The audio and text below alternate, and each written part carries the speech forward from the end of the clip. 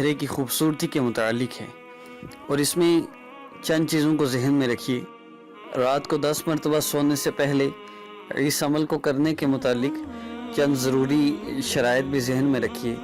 चंद चीज़ों का आपको मुस्तकिल एहतमाम करना पड़ेगा अगर आप चाहते हैं कि अल्लाह रब्बुल इज़्ज़त आपके चेहरों को इस कदर नूरानी बना दें कि कोई आपकी तरफ देख ना सके और चेहरे के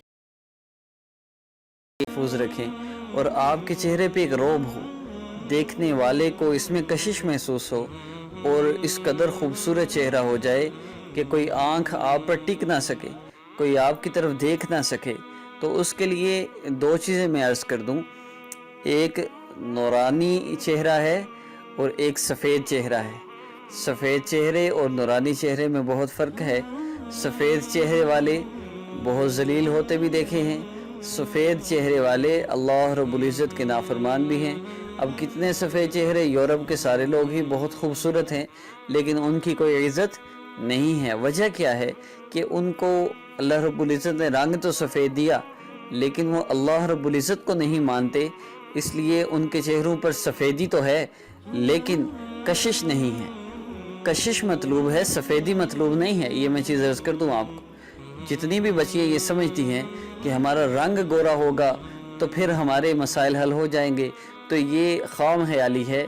गोरे रंग चाहे कितना ही गोरा रंग क्यों ना हो, अल्लाह रब्बुल इज़्ज़त के साथ ताल्लुक़ ना हो तो यही खूबसूरत चेहरे वाली शोहर के हाथों जलील हो रही है, सास के हाथों जलील हो रही है। बहुत से मसाइल चलते हैं, इसलिए मैं फिर अर्ज़ कर रहा हूँ कि चेहरे की सफ़ेदी मतलूब नहीं होनी चाहिए, कशिश मतलूब होनी चाहिए, नूरानियत मतलूब होनी चाहिए।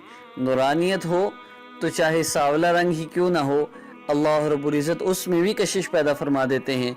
देखने वाला देखकर हैरान रह जाता है, एक बार जो निगाह पड़ जाए तो निगाह हटती नहीं, और कोई गैर महरम है तो वो निगाह अगर पड़ भी जाए गलती से तो नीचे कर लेगा, फिर उठा नहीं सकेगा।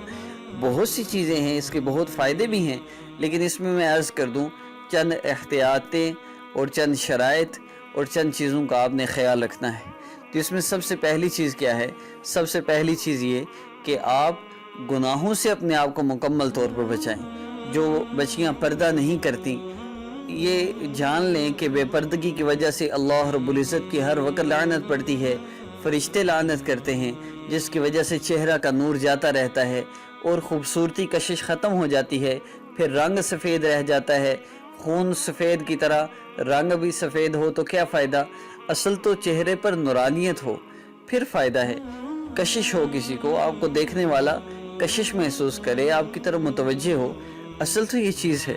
तो इसमें मैं अर्ज़ कर दूं सबसे पहली चीज़ कि आपने इसमें गुनाहों से अपने आप को बचाना है। गुनाह बिल्कुल छोड़ दें। बेपर्दगी ये बहुत बड़ा गुनाह है, इसकी वजह से बच्चियों के चेहरों से नूर जाता रहा, कशिश हलावत जाती रही। यूरोप में बेपर्दगी है, खूबसूरत से खूबसूरत तरीन लड़की भी है तो वो भी परेशान है कि लोगों ने उसको तंग कर रखा है, और लोग हर वक्त अगर उसके पीछे भी हैं तो उसके सफ़ेद चेहरे की तरफ से की वजह से, लेकिन एक टिश्यू पेपर की तरह यूज़ किया जाता है। फिर उनको सुकून नहीं है। सुकून क्यों नहीं? उनसे कहा जाए भाई तुम्हारा इतना खूबसूरत चेहरा है, तुम पर तो मर मिटने वाले लोग हैं, फिर तुम्हें क्यों परेशानी है? तो बात क्या है? बात यह है कि उनको दिल का सुकून नहीं। तो सबसे पहली चीज़ आप जहन में रखिए कि अगर आप चाहते हैं कि आपके चेहरा पुरकशिश हो और लोग देखते ही आपको कभी जो एक दफ़ा देख ले आपका चेहरा भूल ना सके, तो उसके लिए ज़रूरी है आप गुनाहों को छोड़ दें। हर तरह के हराम कामों को, चाहे गाने सुनना है, फिल्में देखना है, नज़र का गलत इस्तेमाल है, ज़ुबान का गलत इस्तेमाल है, कानों का आँखों का गलत इस्तेमाल है, इन सारे गुनाहों से अपने आप को बचाइए, बापर्दा रहिए। इससे कशिश पैदा होती है। एक चीज़ तो ये हो गई, गुनाहों से अपने आप को मुकम्मल तौर पे बचाना।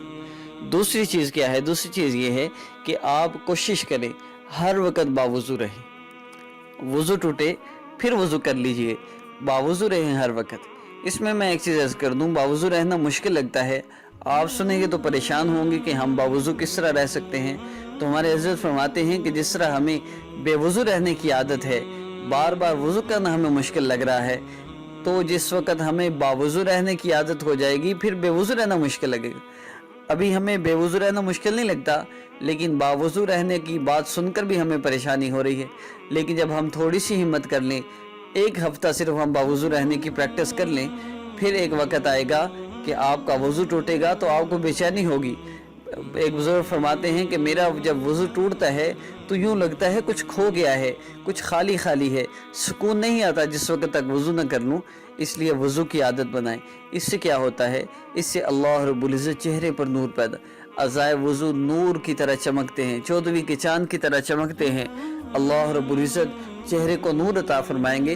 پہلی چیز گناہوں سے اپنے آپ کو مکمل طور پہ بچانا، دوسری چیز آپ باوضو رہنے کی کوشش کریں، اور تیسری چیز جو اللہ رب العزت کی طرف سے ایک انعام ہے وہ نماز ہے۔ نماز میں اللہ رب العزت نورانیت عطا فرماتے ہیں، اور چہرے کی خوبصورتی کے لیے لمبا سجدہ کرنا۔ سجدے میں تسبیحات 3 کی بجائے 5، 7، 9، 11 طاق عدد میں جتنی زیادہ ہو سکے، جتنی مشقت آپ سہ سکتے ہوں اتنا آپ تسبیحات کریں، لمبا سجدہ کریں۔ اس سے چہرے کا نور بڑھتا ہے، اور جو سرکولیشن ہے خون کی ہمارے جسم میں، وہ دماغ کی وجہ سے یہ چہرہ جب ہم سجدے میں جاتے ہیں تو سرکولیشن بہتر ہو جاتی ہے۔ اس سے بھی چہرے کی خوبصورتی میں اضافہ ہوتا ہے۔ جن بچیوں کو یہ چہرے کے دانوں کی وجہ سے مسئلہ ہو وہ بھی لمبا سجدہ کیا کریں۔ زیادہ کریمیں لگانے کی ضرورت نہیں پڑے گی، لمبا سجدہ ہی اس کا بہترین علاج ہے۔ تو 3 چیزیں ہو گئیں۔ سب سے پہلی چیز گناہوں سے اپنے آپ کو بچانا، دوسری چیز ہر وقت باوضو رہنے کی کوشش کرنا، اور تیسری چیز لمبا سجدہ کرنا۔ یہ 3 کاموں کا آپ اہتمام کر لیجئے، اور اس کے ساتھ یہ وظیفہ کر لیجئے جو رات کو سوتے ہوئے کرنے کا ہے۔ 10 مرتبہ صرف آپ نے پڑھنا ہے، لیکن ان 3 باتوں کا خیال ضرور رکھیے۔ بندہ گناہ کرتا ہے نا جی، تو اس میں اس قدر نحوست پیدا ہو جاتی ہے، ایک جھوٹ ہی بولتا ہے، فرشتے 3 میل تک دور چلے جاتے ہیں۔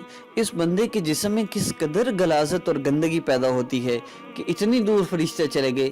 کوئی بہت بڑا جانور مرا پڑا ہو تو اس کی اسمیل بھی بہت تھوڑے ایریے تک جاتی ہے، تو اس جسم کے اندر کس قدر وہ روحانی نقصان ہوتا ہے اور کس قدر شیطانی گندگی پیدا ہوتی ہے کہ فرشتے 3 میل تک دور چلے جاتے ہیں۔ تو ایسے چہرے پہ کشش کہاں سے آئے گی؟ گناہوں سے اپنے آپ کو بچائیں، باوضو رہنے کا اہتمام کریں، لمبا سجدہ کیا کریں، اور آخری عمل رات کو سونے سے پہلے جو آپ نے کرنا ہے وہ یہ ہے کہ جب آپ رات کو سونے لگیں تو 3 مرتبہ پہلے درود ابراہیمی پڑھیے۔ درود ابراہیمی 3 مرتبہ مکمل آپ پڑھ کر اس کے بعد یا ارحم الراحمین، یا ارحم الراحمین آپ نے اس کو پھر 3 مرتبہ پڑھنا ہے۔ یا ارحم الراحمین اس کو آپ 3 مرتبہ پڑھیے۔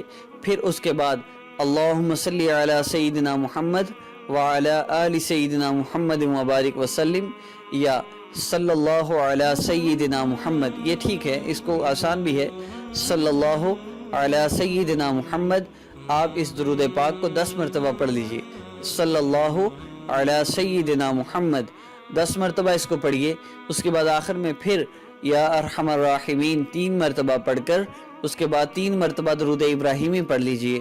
ترتیب پھر عرض کر دو، شروع میں 3 مرتبہ درود ابراہیمی ہے، اس کے بعد 3 مرتبہ یا ارحم الراحمین ہے، اس کے بعد 10 مرتبہ کوئی بھی درود پاک پڑھ لیجئے، صلی اللہ علیہ سیدنا محمد پڑھ لیجئے، زیادہ بہتر ہے، ورنہ صلی اللہ علیہ وسلم ہی پڑھ لیجئے۔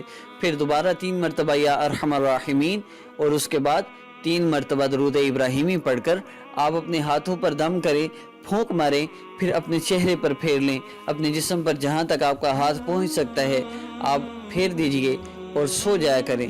آپ گناہوں سے بچتے ہوئے، لمبے سجدے کا اہتمام کرتے ہوئے، باوضو رہنے کی کوشش کرتے ہوئے اس عمل کو کیجئے۔ روزانہ آپ رات کو سو کر عمل کیجئے اور صبح اٹھ کے اس کا رزلٹ دیکھ لیجئے۔ آپ خود جان جائیں گے اللہ رب العزت نے کتنا کرم فرما دیا، چہرے کی خوبصورتی اور کشش میں اضافہ ہوگا، دیکھنے والوں کے دل میں آپ کا رعب پیدا ہوگا۔